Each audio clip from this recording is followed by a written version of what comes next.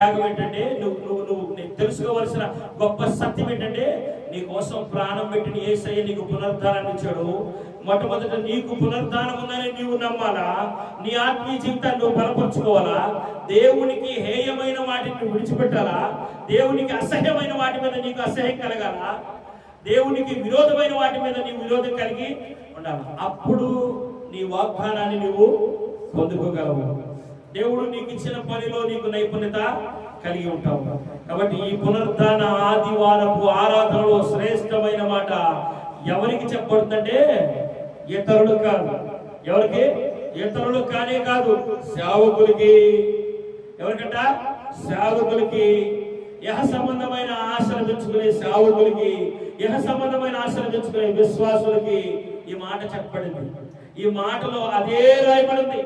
ఎన్నిసార్లు మనం చదివినా అది ఏం చెప్తుందంటే వారికి ఆశ ఉంది, ప్రేమ ఉంది, ఆసక్తి ఉంది, కానీ వారికి దేవుని మాట మీద ఏమి లేదంట, నమ్మకం లేదంట. ఆయన మూడో దినాన్ని లెగుస్తాడనే నమ్మకం వారికి లేదు.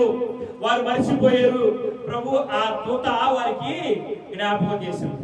తర్వాత మరి తక్కిన శిష్యునికి ప్రభు వెళ్ళి జ్ఞాపకం చేశాడు.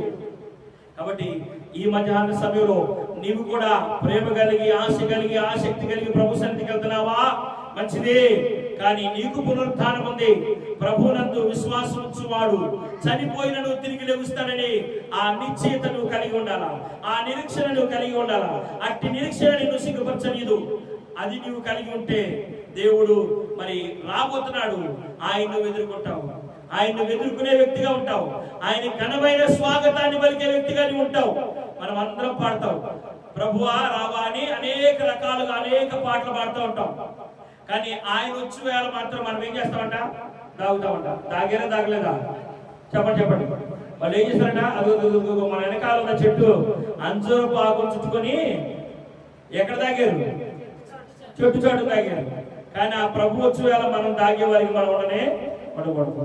ఎందుకు అలా ఉండకూడదంటే దేవుడు నీ కోసం సంపాదించిన అదంతా కూడా నువ్వు అనుభవించాలని, దేవుడు నీ కోసం ఇచ్చిన ఆ యావత్తు నువ్వు అనుభవించాలని, ఆయన స్వగస్సు స్వరూపము, ఆయన బలము, ఆయన ఔన్నత్యం కోల్పోయి నీకు అట్టి కృపను అనుభవించాడు. వాటితో నువ్వేం చేయాలంటే దేవుణ్ణి మహిమపరచాలి. నేను ఎవరి పోలిక? మా నాన్న పోలిక అని చెప్పుకోవచ్చు, నా పితరుల పోలిక అని చెప్పుకోవచ్చు. అలాగే నీ ఆత్మీయ స్థితికి కారణం ఏంటి? ఇదిగో దేవుడు నన్ను ఈ స్థితిలో వస్తానికి, నేను ఈ స్థితిలో ఉండడానికి దేవుడే కారణం.